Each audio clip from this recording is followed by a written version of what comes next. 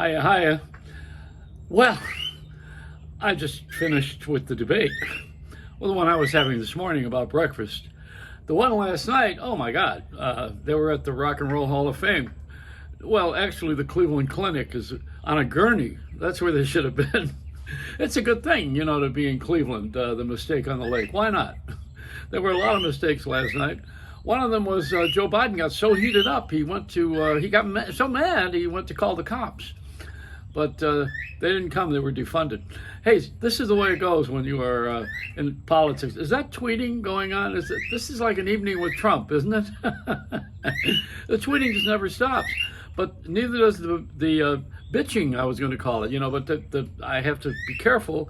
There's a zoo in England right now in the United Kingdom that has parrots who are swearing at the visitors, and they've had to get rid of the parrots. The parrots were saying the F word, and here in America there's other words. We have 7 of them that are not on the air, but there are, I count about 1,000 that we're not supposed to be saying. There's a lot of anger right now. Have you noticed that? I mean, people are angry about everything. They're mad with 2 D's. And that's what's going on. People are mad. They're angry at what's happening in their own lives. They're happy. We've been sequestered too long. We've all been in prison. I mean, everybody went to jail. This is like waterboarding. The whole country has been waterboarded, and now they're opened up, and we don't know what's out there. We're stepping out into the woods, and we don't know too much. I mean, I'm not that well versed. I thought the Boys in the Band was the history of the Rolling Stones. Well, it could be. I don't know. I think the late night comics, they are not funny. They're ironic. And I was just doing a lot of irony right now because that's what it is. It's turned out to be now sarcasm and irony. This is for intelligent people. I don't know why we're wasting it on America. If we were smart, we'd all move to Israel where they're actually they know who the enemy is. And there is a wall already. And it's already done, Why are we so primitive here? Oh man, I always love when people get mad here. When they don't like the election, they're gonna move to Canada. What the hell? Have they ever been across the Peace Bridge? You know what that's like to go to Canada? However, the best part about Canada is when you go to Niagara Falls, which is an American. It's not one of the wonders of the world. A lot of people have that mistake, but it is an American phenom, and the best view of it is on the Canadian side. Hey, and if you want to walk under the falls, that's on the American side. The whirlpool is kind of like for both countries, but if you want to see a Niagara Falls like you see it on the used to be on those shredded wheat boxes, that used to be when General Mills was making cereals in Buffalo at the time.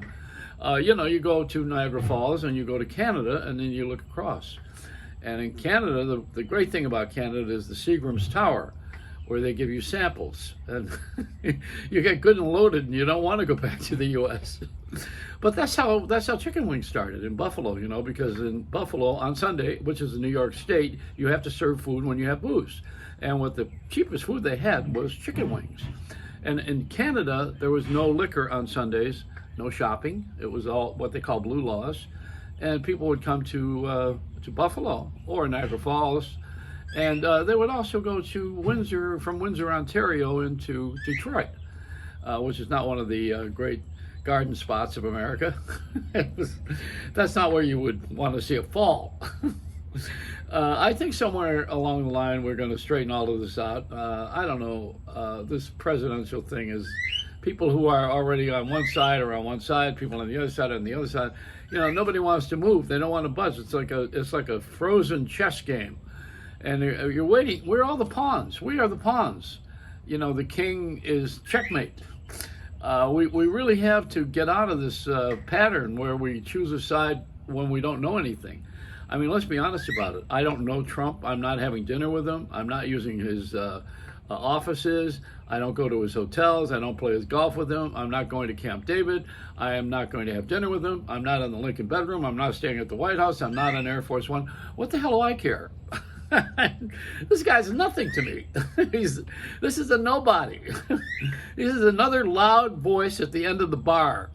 And people who are drunks know what I'm talking about. That's all this is, There's another loud voice at the end of the bar.